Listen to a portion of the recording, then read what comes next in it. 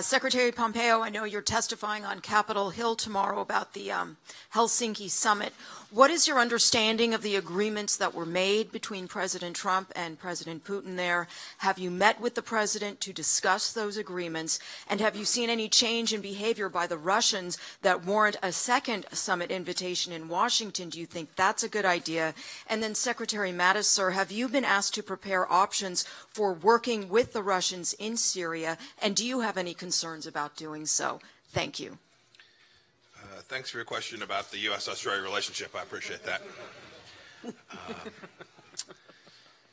Yes, look, I've spoken to the president about the meeting that he held with President Putin, and I was part of a larger discussion as well. I've spoken to to Foreign Minister Lavrov following that, and the president's been clear about some of the things that were agreed to. We're going to begin to put together a business council. There'll be places we'll start track two processes. There were many things that came from what I view as an incredibly important meeting between President Trump and President Putin, one that I think the world will have benefited from when history is written.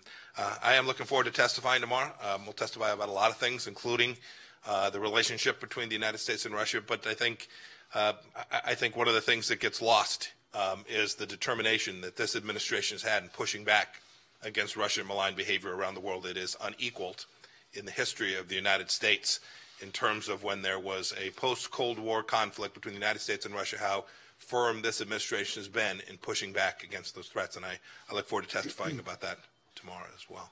Jim? Yeah, in regard to Syria, what we do with the Russian Federation is we deconflict our operations. We do not coordinate them. We deconflict them in time and in space to make certain along the deconfliction lines we are not creating hazardous conditions. But we will not be doing anything additional until the Secretary of State and the President have further figured out at what point we are going to start working alongside our allies with Russia in the future. That has not happened yet, and it would be premature for me to go into any more detail at this point because we're not doing any more than this.